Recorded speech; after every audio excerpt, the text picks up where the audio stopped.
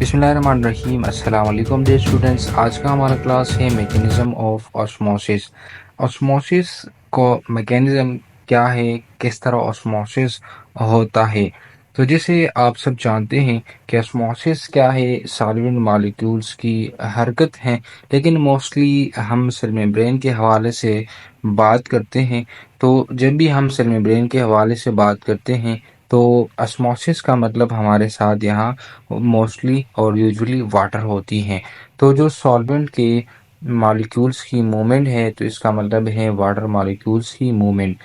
जब वाटर के मॉलिक्यूल्स एक सेमी परमिएबल मेम्ब्रेन से गुजरते हैं तो उनका गुजरना किस तरह होता है।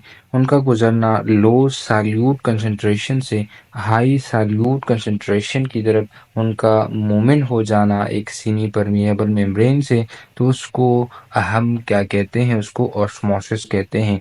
और ये मूवमेंट कब तक जारी रहती है, ये इस वक्त तक जारी व सारी रहती है कि जब तक जो कंसंट्रेशंस हैं बोथ साइड्स ऑफ मेम्ब्रेन के वो इक्वलाइज ना हो जाए, वो इक्विलिब्रियम स्टेट में ना आए। तो ये उस वक्त तक उनकी मूवमेंट जो है वो जारी व सारी रहती है। जैसा कि आप सब जानते हैं कि सेल मेम्ब्रेन कुछ चीज़ों को गुजारने की इजाज़त देती हैं और कुछ को नहीं। इस किस्म की झिल्ली को सेलेक्टिवली परमिएबल मेम्ब्रेन कहते हैं। सॉल्वेंट मसलन पानी के मॉलिक्यूल बड़ी आसानी के साथ इस किस्म की झिल्ली के आर पार गुजर सकते हैं।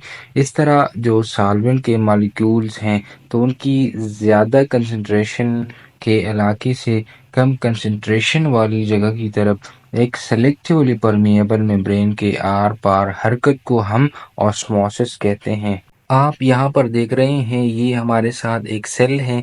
ये एनिमल सेल भी हो सकता है, प्लांट सेल भी हो सकता है और माइक्रो ऑर्गेनिज्म का सेल भी हो सकता है। ये सेल का इंटरनल इन्वायरमेंट है, यानी इंटरनली सेल का अंदरूनी साख्त ऑर्गेनेली और उसका साइटोप्लाज्म वगैरह वगैरह। और ये आउटसाइड ऑफ सेल जो इन्वायरमेंट है उसको मैंने नाम दिया है इन एक्सटर्नल इन्वायरमेंट। और इस सेल को एक्सटर्नल इन्वायरमेंट से किस चीज़ ने जुदा कर रखा है, सेल मेम्ब्रेन ने जुदा कर रखा है। और ये सेल मेम्ब्रेन आप जानते हैं कि हमारे साथ सेलेक्टिवली परमिएबल मेम्ब्रेन है। तो आउटसाइड ऑफ सेल वाटर जो है वो क्या है, ज़्यादा मकदार में मौजूद हैं। तो अगर वाटर ज़्यादा मकदार में मौजूद हैं तो इसका मतलब है कि उधर सॉल्यूट की कंसंट्रेशन क्या है, कम है। और अंदर चूँकि वाटर की मकदार कम है तो इसका मतलब ये है कि अंदरूनी सॉल्यूट की कंसंट्रेशन क्या है, ज़्यादा है। तो ऑस्मोसिस तो आप जानते हैं कि इसमें लो सॉल्यूट कंसंट्रेशन से वाटर मूवमेंट करते हैं एक सेलेक्टिवली परमिएबल मेम्ब्रेन से एक ऐसी रीजन की तरफ जहाँ पर सॉल्यूट की कंसंट्रेशन क्या हो, ज़्यादा हो। तो इसमें यूँ हो जाता है कि यहाँ से वाटर के मॉलिक्यूल एक्सटर्नल एनवायरनमेंट से एक सेलेक्टिवली परमिएबल मेम्ब्रेन को क्रॉस करके सेल के अंदर चला आता है। और ये इस वक्त तक जारी व सारी रहती है जब तक कि इक्विलिब्रियम ना आए। इक्विलिब्रियम का मतलब ये है कि अंदर भी सॉल्यूट की कंसंट्रेशन और बाहर भी सॉल्यूट की कंसंट्रेशन वो बराबर हो जाए। तो इस वक्त तक ये सॉल्यूट और ये जो वाटर है ये यहाँ से सेल के अंदर वो मूवमेंट करते रहते हैं। रिजल्ट में ऑस्मोसिस का हमें क्या मिलता है, तो इसमें यूँ होता है कि इसमें वाटर मूवमेंट करते हैं इनवर्ड फ्रॉम आउटवर्ड मेम्ब्रेन से।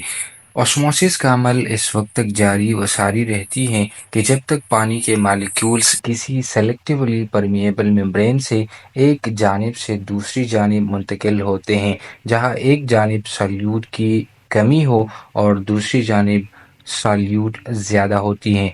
ये मुंतकिली इस वक्त तक जारी रहती है कि जब तक दोनों जानिबों पर सॉल्यूट की कंसंट्रेशन बराबर ना हो जाए।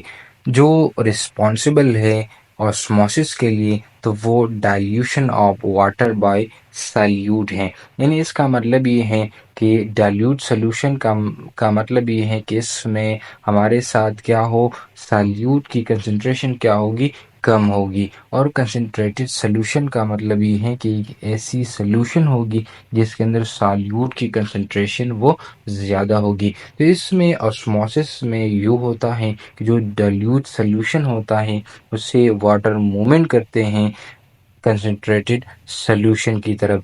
تو یہ والا جو پینامنا ہے یہ ایکچولی رسپانسبل ہے میکینزم آف آسموسس کے لیے۔